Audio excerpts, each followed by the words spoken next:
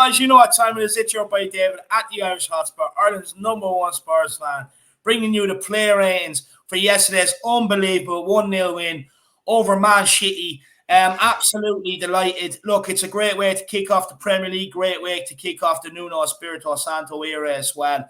I'm absolutely buzzing. Jack, how are you, my man?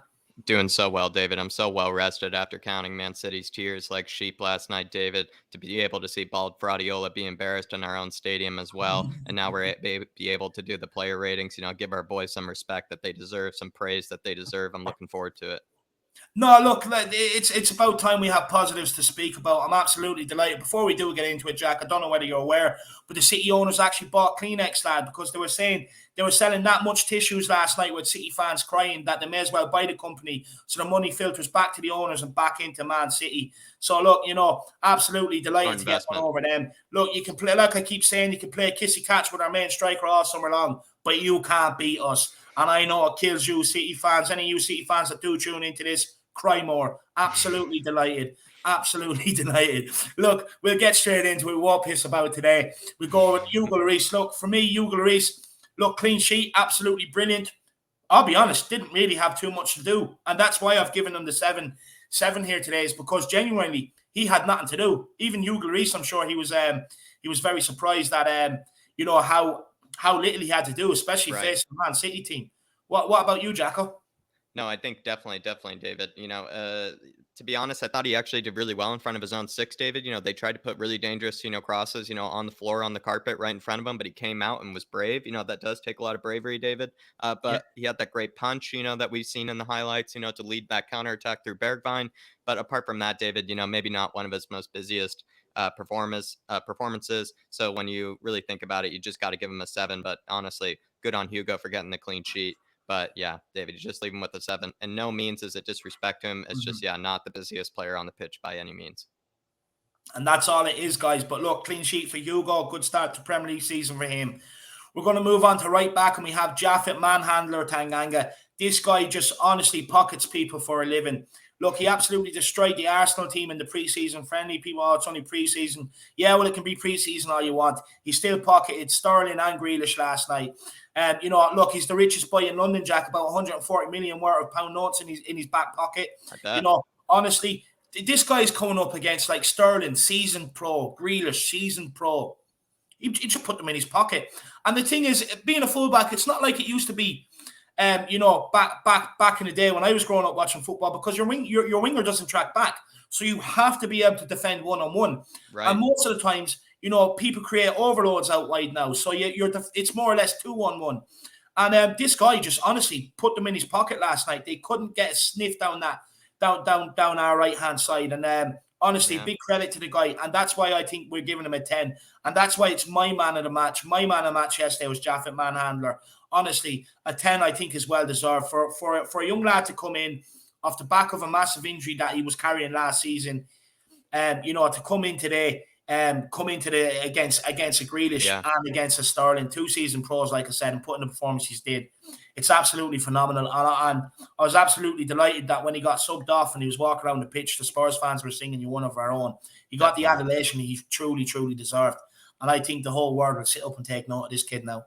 No, David, I mean, Japhet was absolutely magnificent last night. I mean, he was godlike last night, David, in the way that he was being able to defend, 2 very, very difficult players in the likes of Grealish, someone who's one of the most difficult players to play against in the Premier League in the last few seasons. Honestly, floats around the pitch in such a really almost kind of like gliding, kind of floating kind of way. And then Sterling, someone who always tries to take you for pace, someone who always tries to knock it by you, someone who's always going to go down in the box as well. All those things. Imagine defending both those guys at once, dribbling at you outside your 18, David. I mean, it is pretty terrifying. You have to be practically a world-class defender in order to handle both of those at the same time. He has also the Spurs blood inside of him, David. He knows what it means to sweat and bleed for the badge as well. But then, David, you just have to think about the idea that he is maybe defending first, attacking second. He has the defending capabilities and the defending class already in his genes, already, coursing through him. And now he just needs to maybe work on maybe that attacking side. But now that we can just depend on him as a world-class defender for his defending skills, I'm honestly so excited for this kid. No, 100%. And look, even going forward, look, for such a defensive player like Tanganga it's very rare that, over the course of time, you usually end up learning how to time your runs going forward so that you don't get caught out. I'll be honest, last night he was excellent timing his runs going forward. Absolutely excellent timing his runs going forward. And look, the thing is as well, we have to remember, we've given Doherty a chance. We've given Aurier a chance. 2 seasoned vets, supposedly. They've got turned upside down against Man City most times. Tanganga's come in and, honestly, he turned the whole game on its head. And for me, I think just that position alone, because look, that position there, right full, Aurier cost us in the League Cup final, giving the free kick down that side. They kept him going down that side, and he couldn't handle it, and he cost us. And Japhet Tanganga shored that side up, and probably, I'll be honest with you, it was probably the springboard to our victory. Because make no mistakes about it, Pep targeted that as where they could get in behind us, and Tanganga was just like, no way. Honestly, it felt like Tanganga brought in the building crew and just put up a brick wall down that side because they couldn't get through, Jack. But look, big up Japhet. Absolute great performance. But your man of the match too, David? Your man of the match in Japhet? Yeah, Japhet. Definitely my man of the match. Has to be Jack. Yours? Yeah, I feel like, it's just he maybe proved something, David, and he's had these performances before, with his debut, of course, and even when Mourinho featured him, we've kind of thought about, him as being maybe this defender, and I think now it's maybe, coming through here, possibly under Nuno. We've even said, we kind of prefer him at center back, with the way he even played at right back last night, David. It just might be the case that this guy's just an unbelievable defender no matter where you put him. No matter where you put him, he's just going to do a great job. And it seems like, maybe in these kind of games against, very attacking teams like Man City, teams that are going to have the ball against us, he's the best player to put on the pitch because he can handle the pressure. And maybe lastly said, most of the game was kind of, played on that right-hand side for us, or maybe City's left-hand side. That's, like you said, David, that's where they were trying to attack us. That's where they were trying to hurt us. And he absolutely stepped up to the plate. And, and even more, David, even more. He honestly, full 10. Yeah, fully deserved. Didn't put 1 foot wrong yesterday. 100%. I couldn't agree more. Moving into the middle, we have Sanchez and Dier. We'll start with Sanchez. Look, the partnership, first of all, it was concerning going into the City game. We all expected it, let's be honest. We called the starting 11 from our predicted lineup. Called it man for man, the full 11, which is very rare that I do that. Last season, I got more wrong than what I got right. But look, they held their own. And moving on to Sanchez, look, the reason why we've given him a 9 is because, honestly, anytime Grealish kind of came off from Tanganga and drifted into the middle, Sanchez just bullied him. Sanchez took the ball off him, and Sanchez was cleaning up, played some nice passes yesterday. And for me, look, I'm absolutely delighted. It's not something I thought I'd ever see from Davinson Sanchez. If I'm being honest, I thought he was a I thought he was a waste man, to be honest. But look, it's one game. He still could be. But look, for this one game against the Man City team, he came off the back of the Arsenal game. A very good game against Arsenal. Brought the confidence into this game. And for me, look, I thought he was brilliant helping out Japhet Tanganga yesterday. And look, a clean sheet for the whole defence as well. So, look, for me, the reason why I give him just a bit more than Dier is because I thought he was better with Dier and because Sanchez had more to do trying to help out, trying to get across to cover Grealish if he did drift on the inside of Tanganga or stuff like that. So, for me, that's why he gets the 9. But I'll give it to him a great performance yesterday. No, I think also as well, with Sanchez, he's actually, we always can rate him for his ability in the air. Sure, he likes to fall on the floor a lot, but, he sometimes when he gets up for those headers, there's no other person that's going to win it, David. There really isn't. Yeah. Like the way he's able to spring off the ground. He's also already plenty tall. I think he's 6'3" as well, so he is going to be the one man to win it. He's also a huge threat in the box. I mean, he practically took a punch from Ederson on that one moment in the beginning of the game where Lucas had a wide open goal, but it was blocked by Gundogan. The way that Sanchez was just able to just rise up and even, win the ball over Ederson, the goalkeeper. It just really shows that he is a menace, absolutely, in the air. And then he really showed up, I think, today with the blocks, absolutely, like almost, goal-saving blocks when you really do think about it. Times where the player, would make, plenty of space for himself in front of the 18, in front of our 18.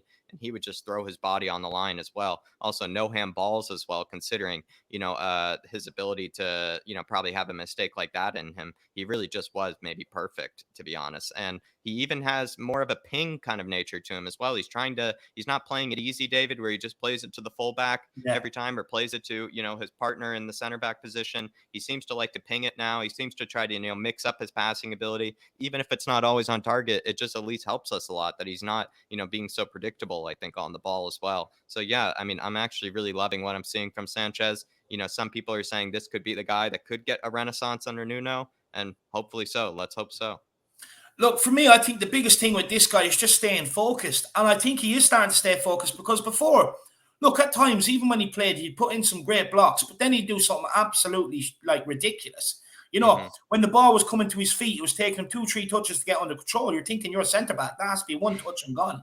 What are you doing? And look, I do think the biggest thing is just this guy staying switched on. Whatever it is, he's learned to stay switched on, and it's starting to prove he's starting to cloud out the mistakes. So look, I hope Sanchez can stay switched on, stay focused, and stay alert for the full 90 minutes like he has been doing so far. And because it all bodes well for Tottenham going forward. We'll move on to the next player, Moon Boots. This is a player. Look, he's been heavily criticised by me, rightly so. I don't take any of it back. But look, last night, yesterday, good performance again. Look, dealt with everything that came into the box. Look, no players really got a run off him, which I thought, if you're Ferran Torres, me, I'd be making my runs off Dier all day long. He's not the quickest. He does tend to get switched off. And for me, look, I thought he put in another good performance there yesterday. And that's why we've given him an 8, a clean sheet again, like the rest of the Fed. So happy days. Yeah, I think a quietly solid performance from Eric Dier, and again, not really any mistakes that I can recall, not any moments of uncertainty as well. He seemed a bit more decent in the air, seemed like he, was a bit more confident maybe in that regard, didn't have any, huge glaring mistakes, even as well that might be mentioned for both of these guys. I thought their clearances were also great at certain moments. Like sometimes what can happen is, center backs like ours from last season, they would just have sometimes horrible clearances where, they would put, us in even worse positions than we were before. And I feel like as well, Eric Dier, there was just a certain solidity to him in being able to just get the ball out of our own half, get the ball out of the box, and not really worry about where he was putting it. He's just great at being able to just, take care of. Maybe he was just adding that no nonsense behavior that we know that he can. We know he can do, and he also did switch off, like you said, David. So yeah, honestly, solid performance from Moon Boots, and hopefully we'll see it again. Yeah, hopefully. And look, just to add to the two centre backs, it's just something that I noticed that like when they have played before, we've been caught out is.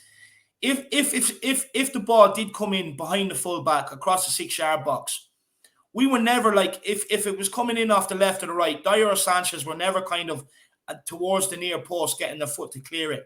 Yesterday they were. They blocked that ball from coming in across the 6-yard box, which is absolutely crucial. So credit to the two guys because they've been, look, you go even think back to Dier against Leeds. Same thing, ball across the 6-yard box, you run off Dier, you smack it in. They didn't allow it to come across the 6-yard box yesterday, which was absolutely brilliant. So fair play. I'm delighted to see that. And it does look like they're learning. It's all we want from them. We just want them to learn from the mistakes and push forward, and they're doing it. Moving on to left back. Look, this guy Reguilon, he had a tricky game up against Riyad Mahrez. Yeah. We know Riyad Mahrez is a very tricky customer. He can go outside you and get the ball across, or he can cut in and have a shot. And we know he's clinical like that. For me, I actually thought Reguilon done very, very well. I can only remember once where Mahrez cut inside and put a dangerous ball in, just once. Apart from that, he had him in his pocket yesterday, and it kind of shown with Mahrez being taken off. Same with Tanganga on the other side. Sterling ended up coming off. It's clear as day it wasn't working. And yeah, I think Reguilon was absolutely brilliant yesterday. A lot of people question him defensively. We all know he's brilliant going forward, but a lot of people question him defensively. I have to say he stood up to the task yesterday, Jack, and that's why we've given him an 8. Yeah, I feel like he has that tenacious kind of nature, and sometimes when he's able to tap into that, it makes him actually a really ruthless defender. Sure, he's not going to be as, industrious or as powerful as Tanganga is, but he's going to be kind of tenacious maybe, and, a bit kind of feisty towards kind of the players that he goes at. And I think that's what kind of sometimes can make him actually a really good defender. Like you said, we know how good he is going forward. We know how, brilliant he is technically going forward as well. He puts himself in unbelievable positions, but defensively, it's just sometimes, it's hard to know like when his best day is going to be defensively. And against Riyad Mahrez and Cancelo as well, or Cancelo, coming down that side. I mean, Cancelo is a very, very attacking fullback, David, almost even more attacking than the likes of Reguilon, considering also Man City also had plenty more of the ball. So similar to maybe Tanganga, where Tanganga was dealing with the overload of Grealish and Sterling, Reguilon plenty of times was dealing with an overload of Cancelo and Mahrez. And that's terrifying, considering Yeah. as well that, Cancelo is also just brilliant in his deliveries, can also even take a shot from outside the box, and is also one of most City's most creative players from last season, Cancelo. Mm. So yeah, I mean, honestly, absolutely incredible shift from Reguilon. He also was really, really dangerous, I think, just being kind of like a counter-attacking option sometimes because he's just willing to go. He's like an Energizer bunny. But yeah, honestly, fantastic performance from Reggie. Yeah, look, more of the same, please, Reggie. Please, please, please. Look, moving on into midfield, we're going to start with Skipp because to us, he was the deepest sitting midfielder for us yesterday. Honestly, everyone knows my feelings on this guy. I absolutely love him. I think he's brilliant. Look, I'll be honest, the first 10 minutes, he was a bit ropey, a couple of bad touches. Ended up getting caught out, had to take Grealish out before he ran into the box, which may I add, although he was caught out, I do like it. Rather than let him have the free run into the box, he took him out. I like that. I'm all for that. You know what I mean? We're not nice to play against anymore. That's the nasty, the aggression that we need. But then when he started to channel it in the right way, Jack, unbelievable performance. So proactive in there. Mm. Like he just disrupted play all day long, all game long. Just got in there, got his foot in, disrupted them dribbling, disrupted them passing, and even decapitated one of them at the very end, which I absolutely loved as well. You're holding on to a 1-0 lead. I couldn't care less. Decapitate them. And it's exactly what he done. Look, I thought it was a very, very good performance in there. A young 20-year-old who played championship last season. Come on, first 90 minutes in the Premier League against Premier League champions and held his own and just completely disrupted them all game long. All game long. Took the ball off them Man City midfielders like it was taking candy off a baby. It was absolutely brilliant performance from him. And he's decent on the ball as well. He's good on the ball. He's not afraid to get a touch. He's capable of picking a pass. But for me, his main job yesterday was just breaking and disrupting, upsetting them City players. Because once you do that to a team like that, they start to get petulant and they start crying. And we seen that yesterday. We've seen that. They started crying, started getting petulant, started throwing themselves to the floor, crying to the referee. And Skipp was the catalyst for that in midfield for me. He doesn't give them any time on the ball in there. And that's why we've given him an 8.5. I think he was absolutely brilliant yesterday. No, David, we found our midfield hard man. Someone to be able to partner Hojbjerg, someone to also be able to kind of lead in kind of the sense of also the Spurs blood. He has it also like Tanganga. He has it, coursing through him. He doesn't need to be told twice what it means to fight for the badge. And then as well, he's actually maybe possibly going to maybe be the tempo setter maybe for us as well. Considering that, with Tanguy, not being, even included in the substitutes, he seems to maybe be one for the future for us. One that will be kind of that, that Thomas Delaney to Hojbjerg that Hojbjerg had in the Euros. And hopefully Skippy can play that role and maybe even be better than maybe Thomas Delaney was with Hojbjerg. And I think honestly with Skippy as well, he really will have that, I think, that tempo setting role where he'll be able to win the ball high up the pitch or win the ball in the right position and just immediately play the right pass, immediately play the ball that just gets the attack going. And I'm really looking forward to him, David. Just the bravery that he showed was also unbelievable. Yeah, 100%. And do you know what, Jack? Someone asked me a question there, I think it was last night, and they were saying, if we were going to play like a team that's more defensive, would you take like Skipp out and put in like a Hojbjerg or put in an Dele or a Celso? And what I'd say to that is there's no necessarily need for it, because what you can do is we've seen Skipp do a preseason. He'll drop deep, he'll pick up the ball off the centre backs and get us going, whether it's passing out left, passing us out right. So he can also dictate the play. Yeah. And set off our attacking moves and allow Hojbjerg to get further forward, allow Dele to get further forward.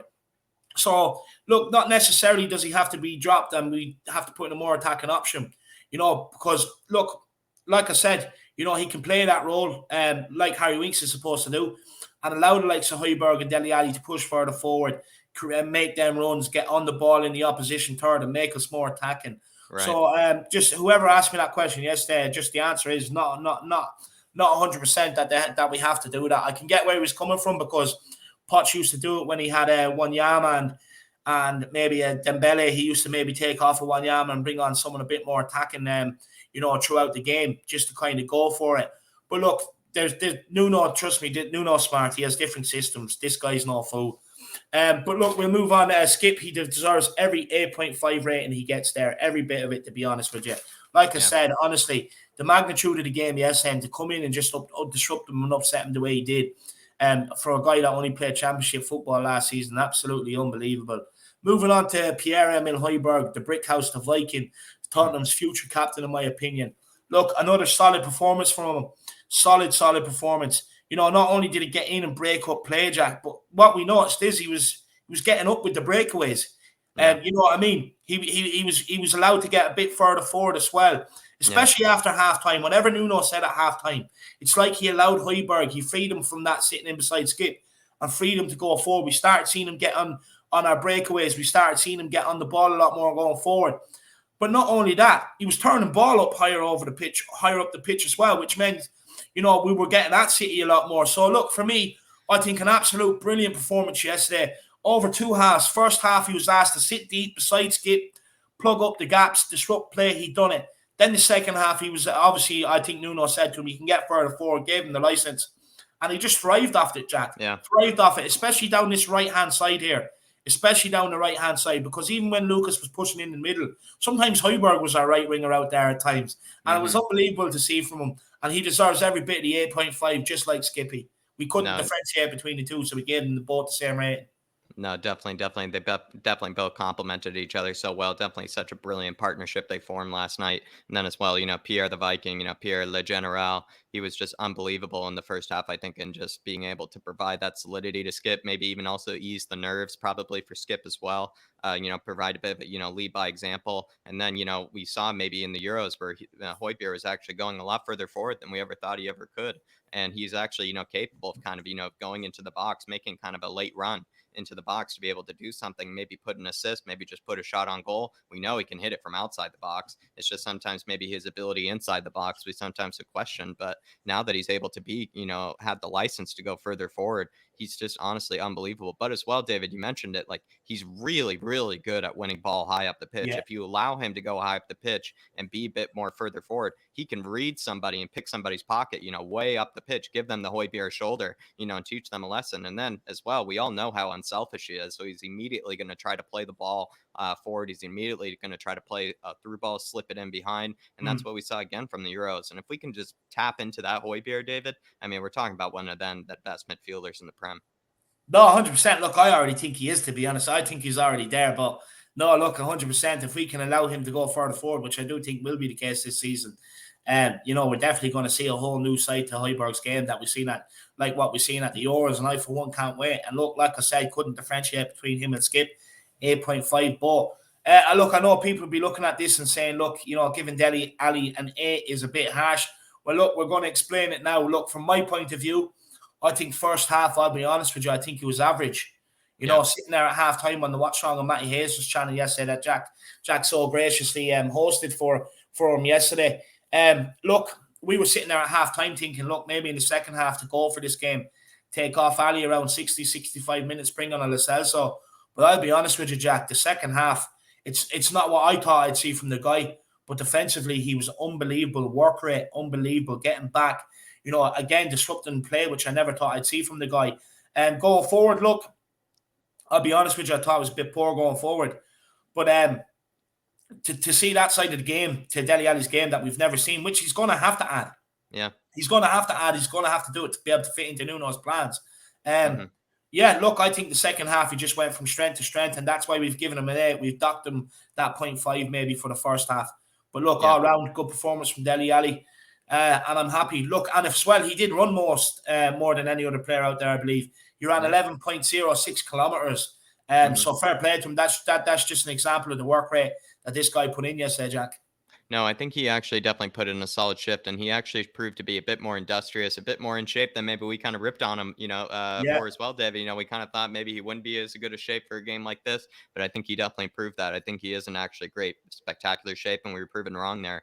But as well, I think you hit it on the nail there, where you said, you know, he was definitely almost better defensively than he was better going forward. You know, that's kind of not what we usually think with Dele. We think, you know, he's going to be there for the flicks and the tricks, you know, to be able to play, you know, the type of ball, you know, through the lines that no one else can play. But that's actually what maybe he was kind of missing from his game last night, was that decisive pass, was maybe that decisive touch or finish as well, maybe to create something for himself. But defensively, unbelievable. He had a bit of the shithousery in him to be able to, put in a naughty tackle to break up the play, Yeah. or even just stick a leg in, just to make it difficult for players. He also stood up and, stood up for the badge, and some of the scrums that were kind of happening between the players. He was immediately in there protecting some of his boys. And then as well, David, I really do think that he might be becoming just a different player. He's trying to fit into Nuno's system and not think about himself. He's not, the playground Dele maybe anymore. He's trying to, have a role in this team, and he's realizing that he's going to have to mature and he's going to have to step up for us. And honestly, I think we're all delighted to see it. No, I am too. Look, look, for me, I still give him to January. I want to see consistency between now and then. Yeah, Convince me that he still does want to be here. But look, for me, I'll be honest with you. The best Dele Alli that we've seen, he's had that nasty streak to him, and he has it again. He's got that back. He has that bit of the nasty side to him, and it's like he almost uses that to get himself up for the game and grow into the game and stuff like that. So it's good to see that back. And look, hopefully he can push on from there. So Dele, good performance yesterday, good work rate, and tracking back and stuff like that. And hopefully we get to see the same. We'll move on to Stevie B next. Look, Steven Bergwijn, for me, I'll be honest with you, I don't think it was anything fantastic.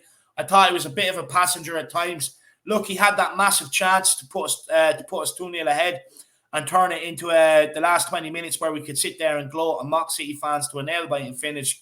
I was getting flashbacks of Liverpool when he missed them 2 big chances against Liverpool last season. And look, this is the thing. Has he learned his lessons from last season? In these big games, when you get that chance, you have to put it away. You have to put it away. You can't be missing these chances. And obviously, it's clear as today, he hasn't learned that lesson. And I know some people are going to say, oh, it's only the first game, you need to relax. I couldn't care less whether it's the first game or the 38th game. I couldn't give a shit, to be honest with you. At the end of the day, in these big games, you get one chance and you have to put it away. The best players put it away. Son got a chance yesterday, put it away. Bergwijn has to do the same. He has to be putting these chances away. On another day, it could very easily have cost us not putting that chance away. Very easily have cost us. And look, it's always a timely reminder, and hopefully he's in the training ground there today, Jack, working on his finishing because he needs it. But look, that's why he's getting a 7.5. Look, He's done some good things. He made some good breakaway runs and stuff like that, caused a bit of problems. But again, it's the end product that we keep talking about with this guy, and that's why he's getting a 7.5. Yeah, David, I think missing that chance is the difference between, a 9.5 and a 7.5 there. He'd be probably one of the best players of the match, you might say, if he had put that chance away. He actually really had an unbelievable game in the positions that he was putting himself in, with the danger that he was able to pick up the ball. He was also immediately when he would pick up the ball, he would start driving at the defense. He wasn't wasting time. You drive even through the middle and cut inside and put in a nice ball, in behind. But it just really seemed to be that, decisive edge, that bit of that, that cutting pass, that cutting, genius that he was kind of missing. And then as well, like we said, he seems to, not get these healthy reminders that you are a left winger, you are practically a striker. You need to put in these. You need to put in these chances. Plenty of players, can be great dribblers. They can be great players that, skinning by their man, but they need to be able to put in the ball in the net, if they need to play for a top club. And I think with Bergwijn, it's just another healthy reminder. But again, tons of positives with what he was doing on the ball, tons of positives with how hard he works off the ball, tons of positives as well with just, the positions that he's finding himself in. It's just, I really do hope that he just improves the finishing, because it really also could have, David, it really could have hurt Nuno as well. It probably made Nuno's job a ton harder as well. Like the moment that he missed, Nuno was probably thinking, the game plan that he had, all change. Yeah, no, look, I just hope he starts to learn to finish these chances. Look, you wouldn't throw food off a plate into the bin. You finish your dinner, so he needs to learn to finish these chances, lad. He really does. But look, hopefully he can learn from it. Look, we've got the win, so there's no point in too much dwelling on it. It's just something that we picked up on, is that maybe he needs to learn from the mistakes. He needs to learn. We'll move over to Lucas Moura. Lucas Moura, I think this guy was absolutely superb last night, honestly. With this guy, Jack, it's like what we explained. He starts off on the right, but he's always kind of like more central. He always drifts in more central. He's picking up the ball. And all day long, he just ran at the City defenders. Look, Jack, when we seen the City starting lineup, the first thing I said to you and Darius was Nathan Akim and Benjamin Hospital Mendy. Right? The guy's always injured. That's where we're going to get our goal. We have to keep going at them, keep going at them, keep going at them. And Lucas Moura was relentless going at them last night. Absolutely relentless. Every chance he got, he drove at them, drove at them, drove at them. Even some of the midfielders, when they were trying to take him down when he's picking the ball, he just glides by them. He's unbelievable. No, they give up. They give up. He's unbelievable. And look, this guy, he wins a lot of free kicks as well. He's one of them players. He's so quick. You're not catching him, so either take him down or let him go. And for me, I think he was at the heart of everything good going forward yesterday, breaking away with the ball, getting us constantly up the pitch. And a bit like in the League Cup final, he was getting on the ball, winning his free kicks, getting us up the pitch. And he just done more of the same today, or yesterday, but a lot more effective. For me, I think he was absolutely brilliant. Probably our best player going forward. But at the end of the day, Son got the goal, so it kind of equals it out. But honestly, Lucas Moura, absolutely superb yesterday. But not only that, Jack, he gets stuck in. He's pressing, all over. winning ball back yesterday. Unbelievable at it too. And for me, I think an all-round performance from the guy, and that's why he's getting a 9. I think maybe an assist or a goal probably would have gotten the 10. No, he deserved an assist or a goal as well. He leads by example, David. I mean, the moment he even receives the ball, that's just the bravery that he shows when he gets the ball. He just turns his head. He doesn't care, what player is about to crunch him. He just seems to know exactly what he also wants to do with the ball. Like I said before, it seems like it's like slow motion for him. It seems like he takes like little snapshots on, what players are behind him, what players are coming for him, because he knows exactly what to do every single time he turns and goes up the field as well. It seems like he's not a player like Grealish, the other night where the moment he receives the contact, he goes down. It seems like, Lucas practically has to receive 3 or 4 stabs before he even goes down, David. It's really, really crazy. The hits that he takes. He still keeps going after some of the hits he takes, David. Did you see Grealish crying at him yesterday near the end? Oh, he's going down too easy. And I'm kind of sitting there thinking, like, Jack Grealish has done it all game looking for free kicks off Tanganga. The audacity from Grealish to do that to Lucas. Like I said, even last night, David, I think it was honestly disrespectful of Grealish to even think that he could speak to Lucas after that game, considering that Lucas had been riding all the same challenges. Lucas was actually showing what it's like to not go down. Lucas was also showing him a bit of the Techers lessons as well, showing Jack, what he needs to do better on the ball. And then also, again, sometimes what the pace that he can do it with as well. To be able to dribble past each player. Like he takes like 7-yard touches sometimes, David. He'll just like tap it like 7 yards in front of him and just be right there. Even the determination you see in his eyes is unbelievable. He really is just a beautiful player to watch, and we're all becoming more asexuals. No, 100%. We're definitely becoming a part of the John Cooper Moura fan club anyway, 100%, that's for sure. But great game by Lucas yesterday, and look, hopefully he set the precedent for the season ahead, and hopefully he starts as he needs to go on. But look, moving on to the match winner yesterday. Some people would say, look, match winner, harsh not to give a man the match. I get that. But look, first half, I thought Son done brilliantly. Look, he was making them runs in behind every single time. But then there was a couple of times he got on the ball, he was driving at Man City, and he kind of, especially first half, he was kind of hesitant to pull the trigger and have that shot. Yeah. But I honestly believe Nuno got onto him in the second half. It was like, Son, you get the ball, drive at them, and pop one off. Yep. And it's exactly what he done. He got his goal. He got his ball. He was running at Ake, cut inside Ake way too easy, and then just finished the bottom corner. The finish was absolutely perfection. Absolutely perfection on the edge of the box. And look, for me, it's Son. Hopefully, again, stars mean to go on. He loves a goal against City. That's 4-4 now at the Tottenham Hotspur Stadium versus Man City for Son. 4 goals in 4 games, plus 4 wins. Absolutely unbelievable. And look, I'm absolutely delighted for him because, look, we still don't really know 100% what the Kane situation holds. And if Son is going to be our man up front, it can only give him more and more confidence. And for me, I'm absolutely delighted that he got the winner. And yeah, look, I thought he had a good game overall. Again, he was picking up the ball, driving at City. He was making runs in behind the defence. He was a nuisance all game long. And that's why we're going to give him the 9. The goal. Look, I'll be honest, without the goal, I probably would have given him an 8. But with the goal, it brings him up to the 9 to match Lucas Moura. What do you think, Jack? No, I think absolutely brings him up to a 9. It was just such a sensational strike. I saw some analysis from it that, it's actually a much better finish than people even give him credit for. Ruben Dias did look a little weird, kind of where he made it hard for Ederson, to see the ball. But you think about it, David, if Ruben Dias, didn't stand in the way like that and let, his keeper save it, Ederson probably would have palmed it actually or parried it over to Dele because Dele was waiting actually at the back post, to tap it in. So it was actually really that great of a strike. I really agree with you. I think he seemed a bit hesitant in the beginning. He's putting himself in fantastic positions like he always does. The runs that he can make, David, are just so intelligent. Just the genius that he does with some of his runs and the timing of them. But yeah, he seemed a bit hesitant in the first half. And then in the second half, he's just leading by example, leading from the front, being also so incredibly brave. Some of the knock-ons, I even said in the watch along, David, he was winning as well. I thought really improved. His aerial ability seemed to improve. I was really quite stunned with some of the knock-ons he was winning. And then also his delivery into the box every time from across was just so dangerous, David. They were they were like De Bruyne-esque crosses, David, where they just felt like, someone had to get on the end of it, to put it away. So really, I think he really grew into the game spectacularly. And that's why my fantasy team is even named Sonny's new contract, David. Absolutely love it. Absolutely love it. Well, look, guys, there you have it. There is your player ratings. Let us know if whether you agree with us, whether you disagree with us. If there's any you would change, please do let us know in the comment section below. Like I said, there's two of us here, so one of us, if not both of us, will get in and respond to you and have the chat and see what your opinions are. So, guys, make sure you do get your opinions in the comment section below. So there is your player ratings, guys, and I hope you've enjoyed it. But look, Jack, one person I do think I want to give a rating to, and I'll be honest with you, is Nuno.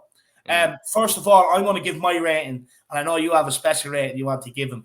Look, my rating is for him over the match. I'm going to give him a 10, because look, making the call to not bring Harry Kane, not even bring him on the bench, to not overshadow the game, to not make it all about Harry Kane, and focus on the team, which resulted on the pitch yesterday. To get the togetherness we've seen in team performance, the tactics, even switching it up at halftime the way he did, Jack, because it was clear to see at halftime he said to them, just go for it, get at them, they're tiring, get at them. And from the first whistle of the second half, we just broke, got at them, rushed, harried them, got in amongst them, and we were unbelievable. So for me, I think, honestly, even on the watch along, I said to you guys my substitutions, what times I would make them. And Nuno done exactly what I said on the times I would say it as well. So, it's glad to see that me and Nuno see the game through the same lenses. And for me, I'm going to give Nuno a 10. I think everything he done yesterday on substitutions, tactics, even the Harry Kane decision, he got absolutely everything spot on. I'm going to give him a 10. So, Jack, what's your special rating for Nuno, lad? No, definitely, David. I would definitely give him a 10 in terms of his tactical, performance, in terms of, even the team that he picked as well. Leaving out Harry Kane was also an incredible decision as well, David. So definitely give him a 10 for that. And then when it comes to Nuno's, fashion, David, I would honestly give him a 9 for it. It was kind of sleek, as I really liked, the color scheme for it. He just looked practically stoic on the sidelines. Just honestly an unbelievable, outfit, considering that, he's standing right next to Pep Guardiola, who even has a stylist, David, and looked, and nowhere near as stoic, nowhere near, as beautiful on the sidelines as Nuno. So it really was just an all-around performance from Nuno as well. No, it was absolutely brilliant from Nuno. And look, hopefully we can continue this form into the season. But look, guys, there you have it. There is all the player ratings for everything. And what's coming up today later on, we have the fan show starting at 9:30. Guys, so make sure you do come on and have your say on all things Tottenham, yesterday's result and everything else. So make sure you do come on and have your say. That's what's to look forward to later on today on the channel. But look, there it is, guys. Let us know in the comment section, if you agree or disagree with us. Smash that like button. Smash that subscribe button. In Nuno we trust. And as always, come on, you Spurs. Come on, you Spurs. Everywhere we go.